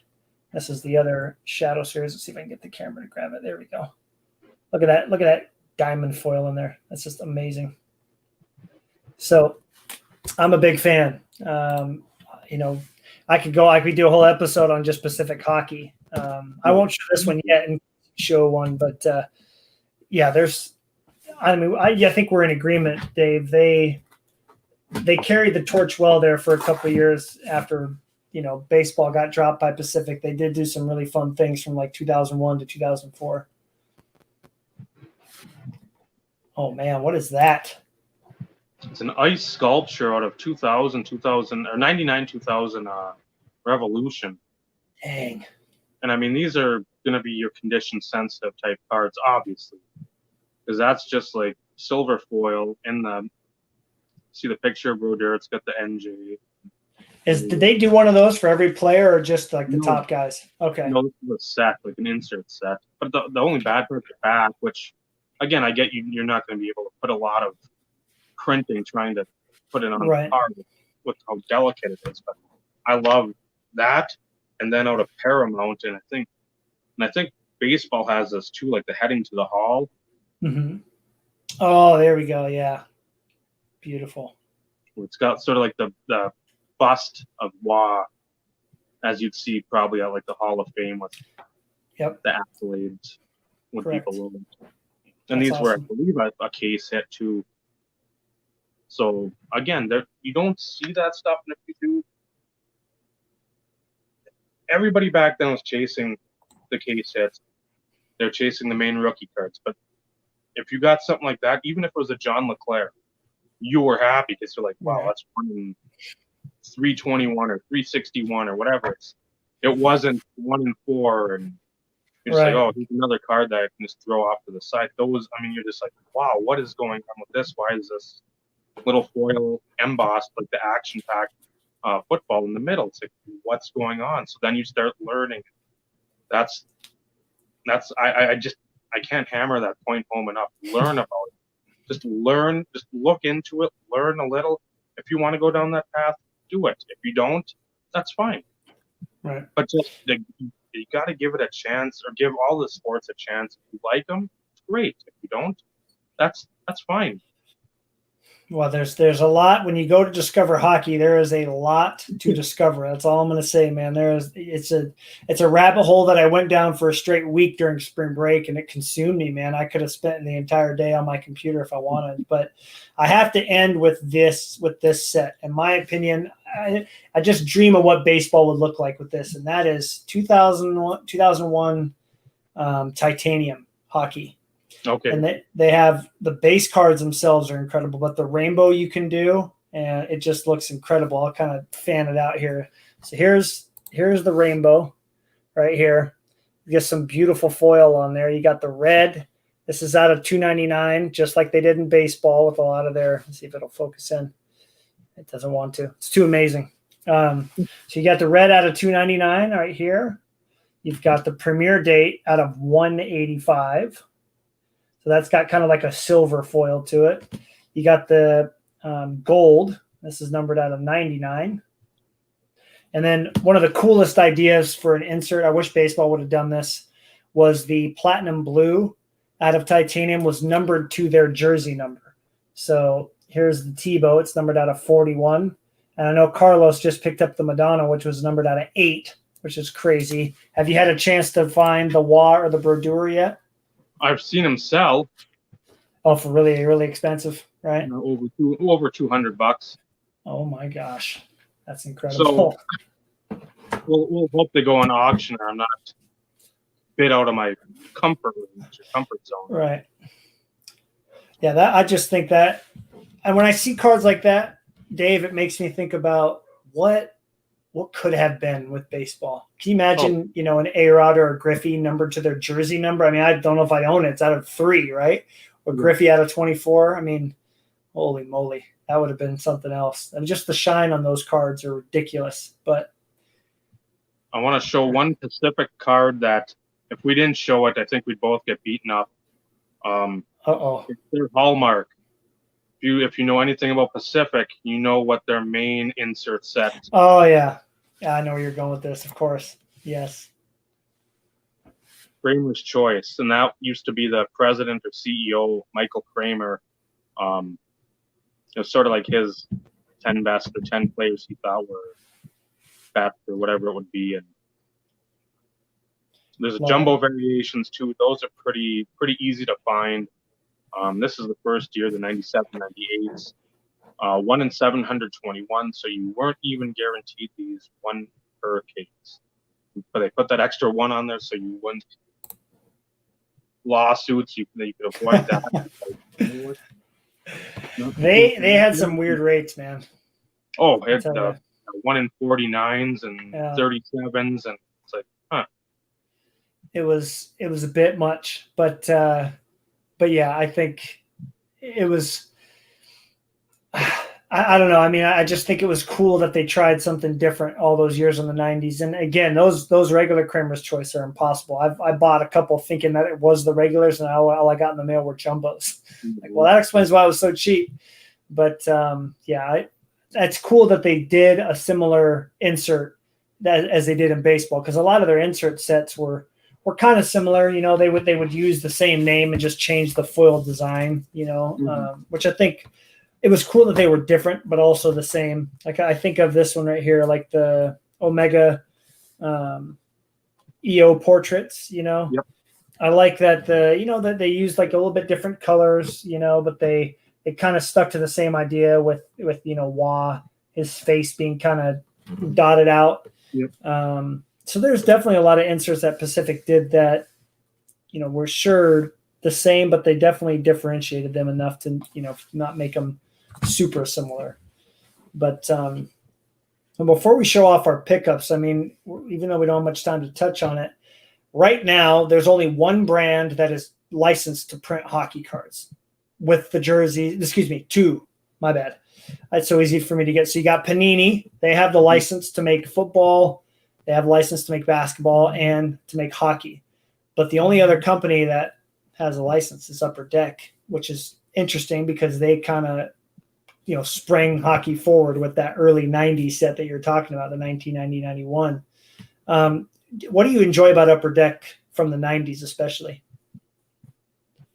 The photography, which has always been something they've excelled at. You look at like the Pablo Bure stuff from his rookie year when he's sitting on the beach in the rollerblades. Love it. Iconic. You look at what is I don't know if it's a Series 2 card or it's the insert that all rookie set. Oh, the Young Guns. Yeah. I love that. I love that I think the Be a Player brand, they brought in autographs to be very accessible by packs. Right. And it wasn't one in 2,500 anymore. Right. One you never see. You were getting one in a box or tour box. Right. Just like their ingenuity too, where they'd use a lot of foil, the black diamond stuff. Yep. Where you can find it. It's like I don't know if it's like a quest for the cup or something. It's out of 100. Where they've got like an acetate portion of the card, and then it's like gold foil numbered, the serial numbered to 100. I mean, they sell much better than any of these jerseys or patches of these guys, right, or anyone now, because it's such a hard card to find. Yep. And then they were one of the first brands to come in with the 101s. I mean, you had like an insert 98, 99. Then you had a die cut numbered to like 100. Then you had a super die cut or whatever had foil on it, numbered 101. So I mean, I like that stuff. At times their design gets redundant, but I mean they had a lot of qualities that they carried, and they carried well for how many years? 30 years now. Yeah, and they still, they kind of, they're the tops of, here it was right here, Carlos. Yeah, Run for the Cup. The Tops brand, the way they've carried baseball, they kind of have no choice. Hockey has that, Upper Deck has that mantle and responsibility for hockey, and I think they've done a decent job, and there's definitely, we can all wish and everything about what we wish they could do. It's nice that Panini is there to kind of challenge them to come up with some innovative looking cards. I think every single sport has competition except baseball. Panini does baseball, but it's not licensed. So in my mind, that doesn't count.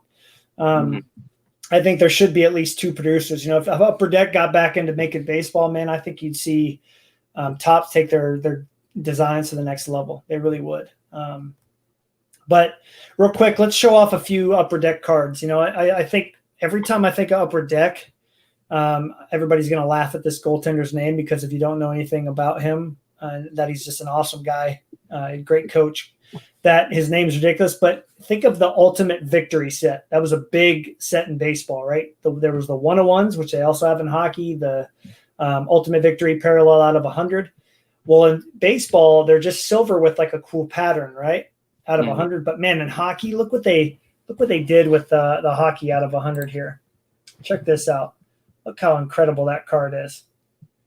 Just awesome photography, obviously, but then to do like a gold bronze shine to it, that's just amazing. I had to get a copy of this because Tebow's not in this set for some ridiculous reason. So I got to run tugging it, and I love the way those cards look incredible. And I haven't even seen Brodeur or Waugh copies of that pop up yet. It's been insane where everything else you've seen, and that's numbered to 100. So again, you presume pretty easy to locate. No, right. I haven't seen anything. Right. They are just as tough to find in hockey, if not more, not tougher, because I think, let's say a seller buys a collection, there's a bunch of hockey cards. How is he supposed to know that, these cards sell well? I think there's definitely some people that don't quite understand, just how collectible some of these players are, and I talked about how Upper Deck is continuing some of the old sets, and I just got this Pecorine in the mail yesterday, but I just love that they're still doing this set from time to time, like the MVP set.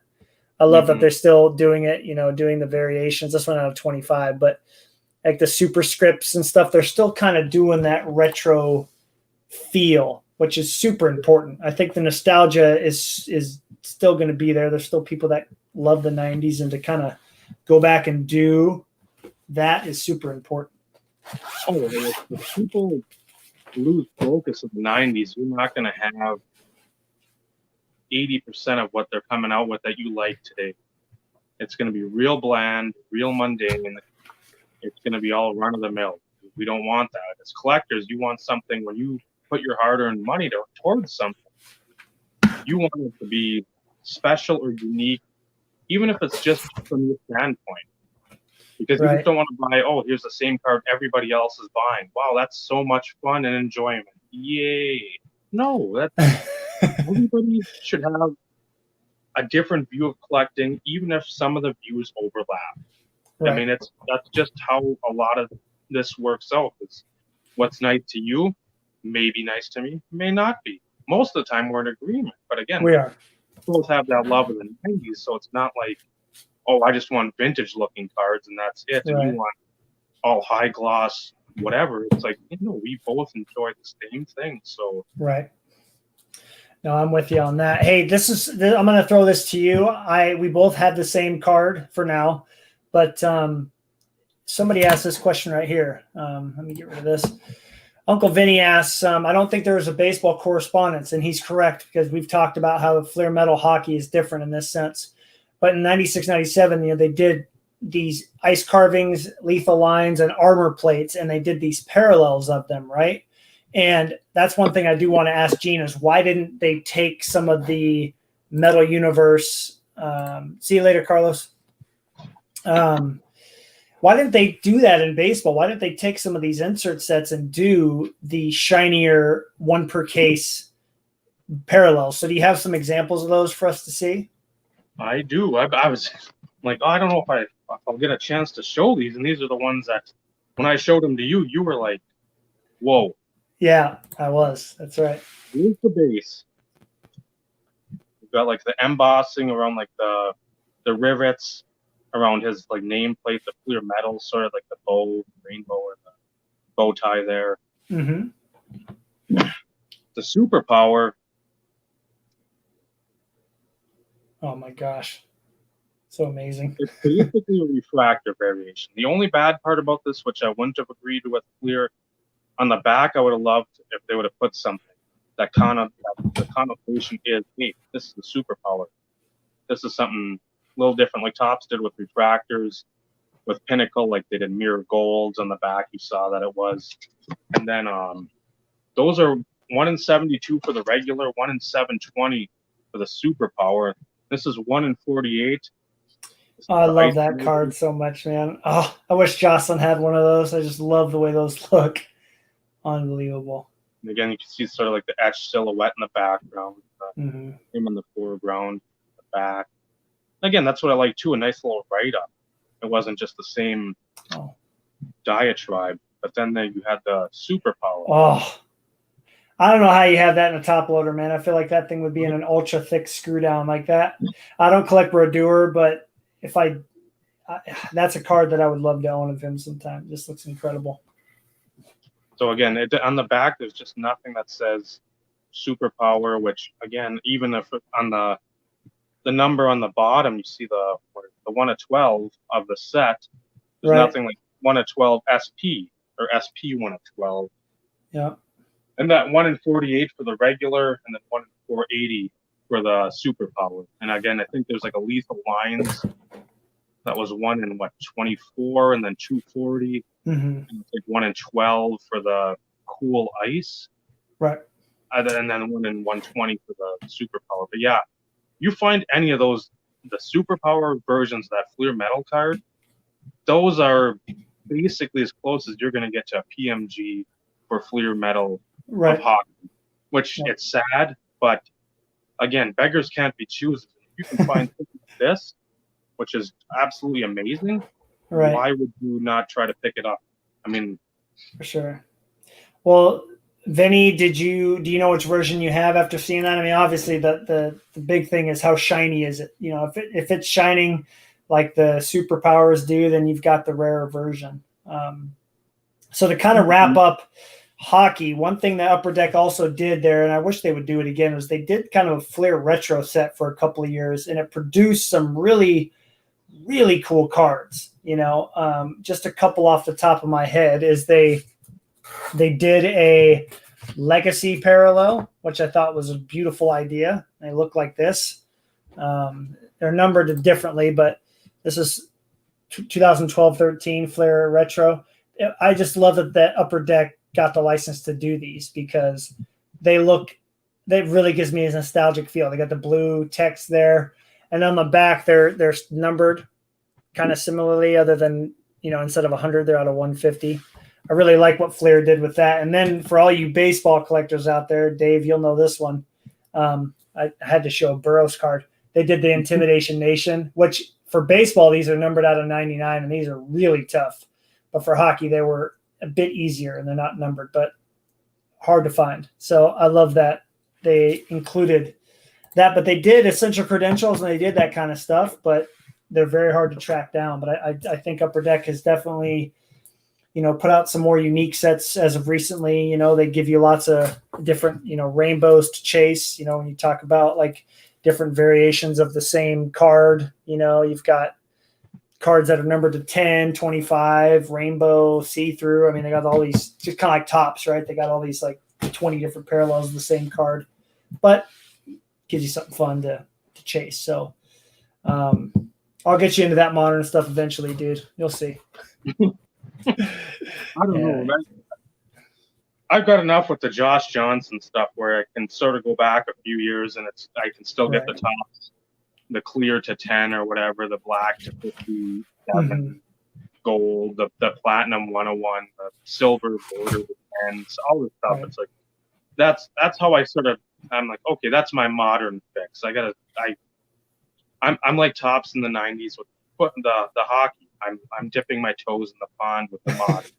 There you go. I am also doing the same, and I have to say it's a bit overwhelming because I'm not going to announce who that player is, because the second I do that, somebody in this chat or somebody watching a month from now will be like, oh yeah, that guy is really awesome. I should go collect him. So that will come at a later date. But it has definitely been fun with the hockey to, I need to go grab my pickup. I don't know how I forgot about it. Dave, do you want to start with a couple of notable pickups over the last couple weeks? I know you had just an incredible mail day video, which everybody, I'm going to link Dave's YouTube channel. You've got to go see the mail day, the Brodeur mail day video. That thing will knock your socks off. Just saying. It was decent, I suppose. How many weeks did I wait for that? A couple months.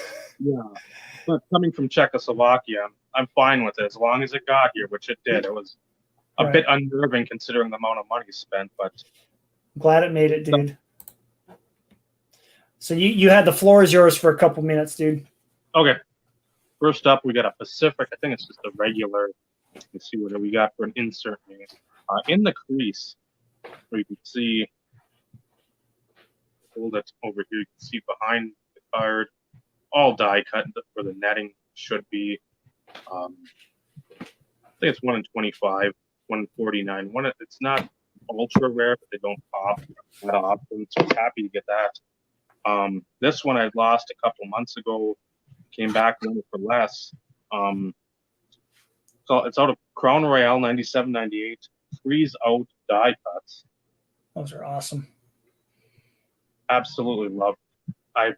I lost this, I think, for 25 or 30, and I won it for 20. So it's one of the rare times patience paid off. That's another thing I'd recommend. If it's not serial numbered or not ultra tough, patience, because otherwise you will roll through a lot of money. Only reason I got Sakic, I haven't picked up as much of him and Forsberg. I should, but again, just too many. I was say you're gonna run out of money, dude. I don't know. My money tree is gonna vanish. It had the Easton from the stick on there. I thought that was pretty cool. That is cool. Parkhurst. This one I didn't notice. I gotta still message a seller in the top left. These are ultra tough out of SPX. The Radiance. Is that of 100? $225 on this one. But if you look at that top corner, Oy. a lot of whiting going on up there. Well, that happened. I know Greg had got a Brendan Shanahan, and it was in a screw down. And when he pulled it apart, the screw down was stuck. That foil sticks, and it peeled off the corner just like that. So I got 3 more. Go for it. I got the Peril or the subset, the Leaf Fractal Matrix. I think this is a stated print run of 100. This is the Gamers card number 174. So that's the same as baseball then, because there's no print run on some of those, but they are out of 100. Okay, perfect. Yeah. I don't know which one to show last, because I don't think I told you about one of them. I waited forever, so I'll show the partner to that one. I love that. I love when you showed me a picture of that when you won it. I love that picture on there. Yeah. Such a good picture. And I mean, even on the back, even if it's like the warm-up picture of him getting ready, it looks like game, like maybe he just stopped a shot. Yep. Beautiful. And that's another one out of 100. And this one, an ordeal and a half. One from Canada, couldn't pay with PayPal through to Canada or whatever. So I'm like, hey, would you take money? I'll send you the US amount that I won this for. So I did in the money order. Couldn't cash because it's American only money order. Oh. So I had to send up $85 in a birthday card to get this, then hope that he sent that and the money order back, which he did. But it took I think 3 months, close to 3 months to get it. Gosh. And I'm super happy that it's here. Because I know I don't think I've showed you in that. Hey, all right. Beautiful. So what do you think? I mean, you've seen the baseball. What's your thoughts on it? That's incredible. I love it. I mean, I love any of these refractors. Again, I do wish we had the Man. Imagine that in Oh, but just to even have that one, I'm super stoked with it. Just because it's an iconic card, baseball wise. I know it hasn't crossed over to the awesomeness for hockey yet, but again, to get it out of the way, I'm a big proponent of that. If you see something rare, go within your comfort zone. But if you know it's something like that you're not going to see every couple weeks, every month, you might have to overpay in your mind now. But guess what? 6 months later, a year later, it won't be an overpay. It's going to be a bargain every time, especially if you're collecting somebody that's a big name player, somebody that's in the Hall of Fame. You really can't go wrong with getting something that's super rare right now, maybe spending a little outside of that comfort zone. Don't spend $800 for a $200 card right now. Right. If you spend let's say $250 for a $200 card, say, okay, maybe I can't get 2 or 3 other cards this month or 5 or whatever. You will feel better if you have that card, knowing that card is in your collection and not, I should have went higher. I've done that 3 times with the Verdure Donruss Preferred Precious Metals. Oh, yeah. Well, I met those go for big time amounts. So I know the next time one comes up, and I'm sure I'm setting myself up for failure again, but I know what I'm going large on that because I want to get that in the collection, get it done. Then you can really start focusing on your other want list ones or just other stuff you want. Just have that peace of mind, even if at the time you're sitting there thinking, did I just spend whatever amount? Maybe the last sale was 60, then now you're paying 85. I don't know if I want to spend. The next sale is going to be 100. It's going to be 115. You're going to be like, I got a deal. I'm happy. Right. You're right. I mean, it's the same approach to baseball. We've had that discussion in episodes past. One of the most popular, I think the most popular episode was the market one. I think a lot of people had a lot to say about it. And, the whole term of overpaying is relative. It's relative, but it doesn't really exist. Depending, unless you have 20 of the same card and one goes for 400 and the other 29 or other 49 go for, $150. And it's like, okay, that's not right. But I know some people have touched on that. Well, I have, 3 that I want to show, and they're all different goaltenders. So I have to start off with Upper Deck. We were talking about them, and they produce this set every year called Ice, which utilizes that acetate technology in a way. And in, I think it's 0506, yep, they did these relic autograph cards, and they're called free frozen fabrics. So it's a frozen fabrics with the, oh, I gotta go full screen here. Frozen fabrics with the autograph on it. And they're, I mean, super, super unique. Like, it's kind of a layered card. You can't really see my finger behind there that well, but it's a little see-through. But on the back, they put a little picture of Jocelyn on the back of the relic, which is kind of like on this back layer of the card. So super cool looking card and numbered out of 35. So I feel like that's a pretty tough ad right there. And I had to pay, more than I would have liked. But again, I'm happy with it because it's such a tough ad. Anybody that remembers hockey in the 90s will remember that there was a female goaltender that played for the Tampa Bay Lightning, and she played in one preseason game. She was like the talk in 1990, 91, 92. She was the talk of hockey because no woman had ever played professionally. Dave, you know who this is, obviously, right? Yep. Mignon Rayom. She actually just has a children's book that is coming out, and so I'm excited to add it to my classroom. But this autograph, I remember seeing it in college. It came out of 2010-11 limited hockey, and I wanted it it's ever since then, 10 years, and I've literally lost on like 5 or 6, and the only one that was up for sale was like $400 on ComC. I'm like, I'm never going to own it. Finally popped up on eBay, and I think I won it for 90 Canadian, which was 60-something bucks. But look how amazing this picture looks. That is one of the coolest on-card autograph cards of hers that I think she has. And it is out of 99 on the back. But she's wearing a charity game uniform, and she's got a great signature. So that card just, I was so stoked to win that card. Seriously. It was awesome. It was my maximum bid. I won it for my maximum bid. So I'm sure somebody else was a little bit bummed out, but I love that. That's on the display shelf. And the last one I'm going to show, go Penguins. That's right, Uncle Vinny. Penguins are going to come back and win, and I have a strong feeling this guy is going to be in the net, not Matt Murray. I own 2 cards out of the Cup. One Alex Burrows, and this is my first rookie patch autograph of Tristan Jarry. And in my mind, he's the future of Pittsburgh's goaltending. I think he's got a lot of talent. But for any modern collectors, Dave, I know you don't do modern, but I know you know that rookie patch autos from the Cup, a.k.a. Exquisite, are like the card to own of a current player. And it's pretty cool. I've got Matt Dumba for the Wild. I've got a big collection of his stuff. Do you? But again, it seems like who don't I have a big collection. So, but I mean, when you think about it, when you started a collection of his, one of the first cards you look for is that rookie patch auto, because that's the pinnacle. No pun intended. That's the pinnacle card to get of any player, any current player. Just like in basketball, you go for that not exquisite, but you go for the National Treasures patch auto. That's the equivalent. Or in football, I don't believe they do exquisite anymore. It's also the rookie patch auto from National Treasures. And then in baseball, you got the what would be the equivalent in baseball now? What's like some of those Topps brands that they do those really high priced ones? Yeah, that's like a definitive, or obviously there's that one product that's $10,000, which is crazy. Yeah. But I'm super stoked. I mean, it doesn't have any yellow on the patch, but I didn't care. I got it for an amazing price. I offered kind of low, and he said okay. And it's from Hawaii.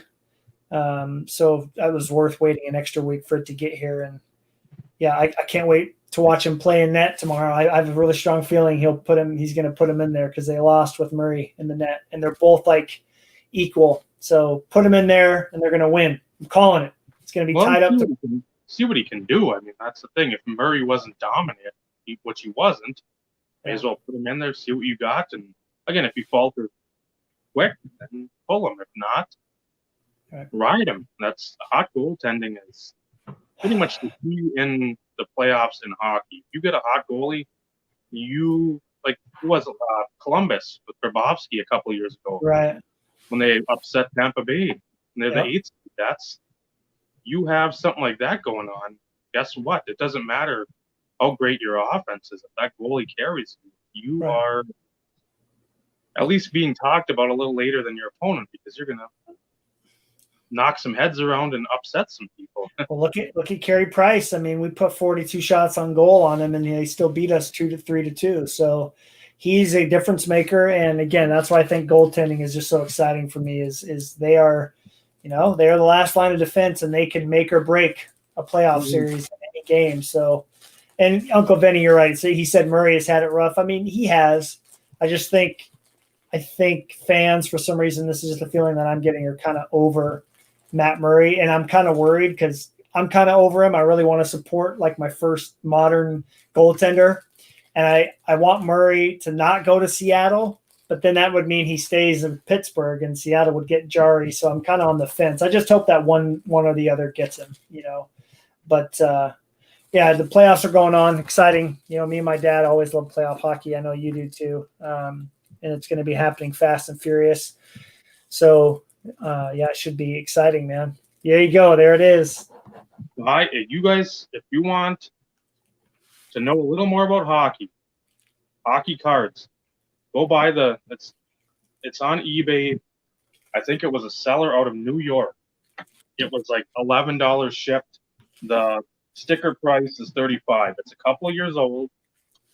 If you're going back in time and looking for this 90s stuff, it's got a lot of information. Definitely. It's helped me a ton. It's helped Matt a ton. It's worth the $11 to go buy that and just have it. You're sitting there scrolling through eBay anyway.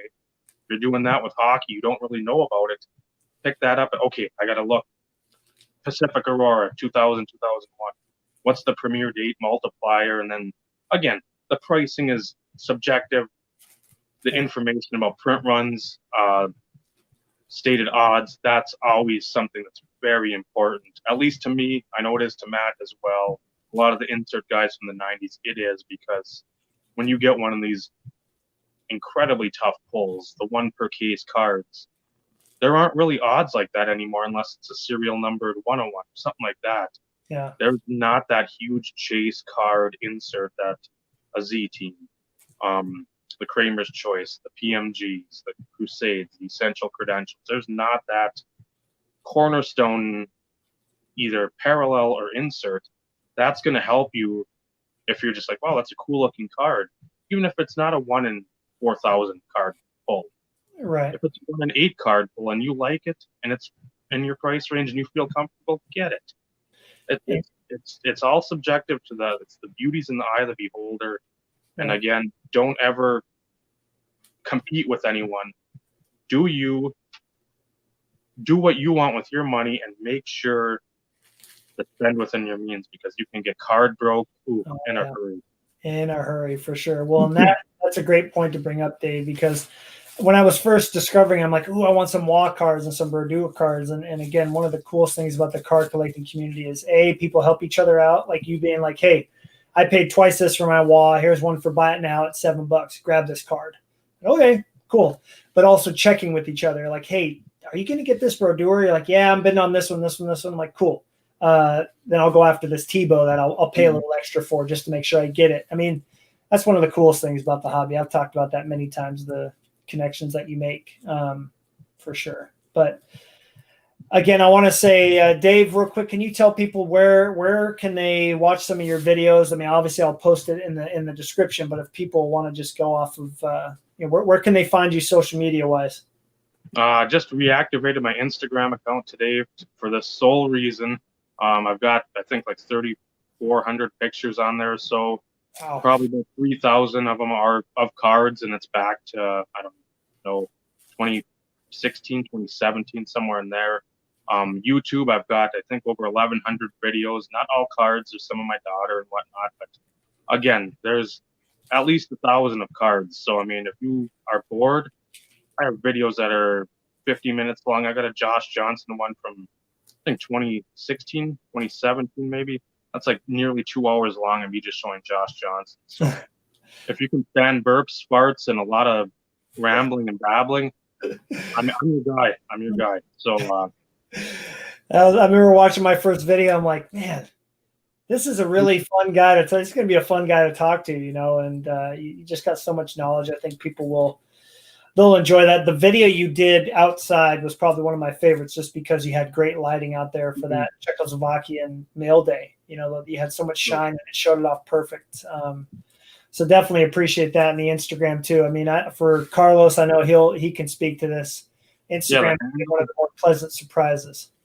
That's the handle on both Instagram and YouTube. There you go. And my Instagram is right there for my hockey collection. Where is it? Yeah, I've had so much fun on interacting with the hockey community. I mean, I have guys that hit me up, say, "Hey, do you need this card here?" "Oh, no, I don't have it yet. Thank you." You know, I had a guy the other day say, "I got this Burroughs Pinnacle artist proof. Do you need it?" I'm like, "Yeah." "What do you want for it?" He's like, "Ah, just send it to you." Wow. Okay. It's been, the hockey community has definitely been the friendliest that I've found. I mean, not to say anything against the baseball guys, they're amazing, but it's definitely a different vibe. You know what I mean? So awesome to have you back on Instagram. Well, thanks, Dave, for coming on and showing off. I mean, geez, we could have spent hours going through all these cards, but I think people watching this over the 2 or 3 days they take to watch it will definitely have some examples of cards that maybe they might go after of a goalie or a different player that they liked growing up or they want to start collecting. And also kind of decide, you know, is baseball better than hockey with this design or vice versa? I think hopefully a few people will comment on that. It would be cool to see. So get him. Tell everybody, get him in hand. Even if you got to buy Von Hayes or somebody that's not a star, you see a copy of a card, put them side by side. That's going to be your best comparison, because somebody's scanning it or somebody's taking a picture. It's not going to catch the light, or maybe some designs like I don't know, like embossing. You might not see it. You're like, oh, I didn't see that in the picture.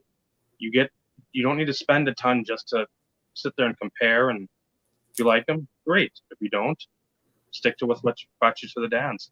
Right. Well, before we go, let's end on this. Give the viewers one player, could be skater or goalie, that you think, just based upon, you know, them being in different insert sets, one that they could go off and have a fun little collection started of this player, affordable, but in some insert sets. Who would you recommend? Mark Messier. That's good. Former Canuck, Oiler, New York Ranger. I think he might have had a couple other teams near the end, but right. His stuff is cheap. It's criminally cheap. And that would be one. I'm not saying this because, don't go after Brodeur or Waugh. I mean, those guys are a little more. Some of the newer stuff shows up.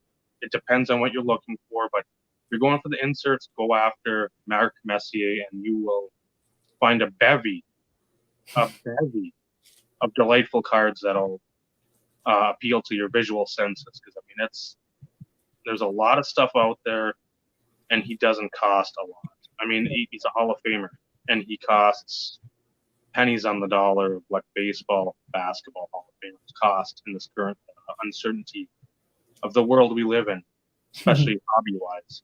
Right, no joke. Yeah, it's been a wild one. That's a great recommendation, because I've noticed him being in a lot of insert sets. He's got a lot of parallels to the base set. If I'm going to recommend a goalie, I mean, it's tough because Hasek is so expensive. Mm-hmm. And I know there's another goalie that is kind of – I think Ed Belfour is still affordable when it comes to goalie. He's got one of the best design masks of all time with the Eddie Eagle on there. I think he made it into a lot of those tougher insert sets. So I would say, for me, my recommendation, if there's a goalie you want to go after, I mean, Jim Carrey's a good one for those mid-'90s because he made it into a bunch of 96 and 97 stuff. But I would say Ed Belfour, because he made it, him or Grant Fuhrer. I mean, another Hall of Famer. Both Hall of Famers, amazing goaltenders, and undervalued. Honestly, they were fantastic. So those are the two I would say. Cujo and Felix Potvin would be the other ones. I mean, they cost a little on some of their tougher cards, but if you like that metal, like the Brodeurs I showed, that one, you like that one? I think Joseph's in there. I know Potvin's in there. I know Belfour's in there. So, I mean, and even if you just want to collect insert sets, I mean, if you like that set, I mean, there's Darren Pupa I mean, that's like a $10 card. Damian Rhodes, that's like a $15 card. For a tough pull, right? Just collect what visually appeals to you if you want to go down the player collecting road. I mean, there's plenty. Wendell Clark would be another. Dougie Gilmore would be another. Yeah. These are Hall of Fame players that have 400 plus goals. Messier played on one of the greatest teams probably of all time with Gretzky. Yeah, for sure. The Warriors team was amazing. There's so many doors to open. Don't ever leave one closed because you don't want to go through it. Absolutely. You're going to do a disservice to yourself, and you'll probably look back and say, "Man, I should have went through that and seen what I could have done." But definitely. Well, again, it's been a pleasure, Dave. Thanks to everybody for watching, and we will catch you next week or two. I'm lining up a part 2 of I'm sure you remember this, Dave, where we talked about the best designed base cards. Remember we did that and we kind of voted them down. We're going to be doing the next episode will be that, but with Fleer inserts only. And it's going to be really fun to get some people together. And I'm going to try to put the biggest group of guys together on the podcast that I've ever had, 7 people total. So that'll be fun. And until then, have a great week, everybody. And Dave, thanks again for taking the time. Really appreciate it. Absolutely. Thank you, Matt. Take care, everyone.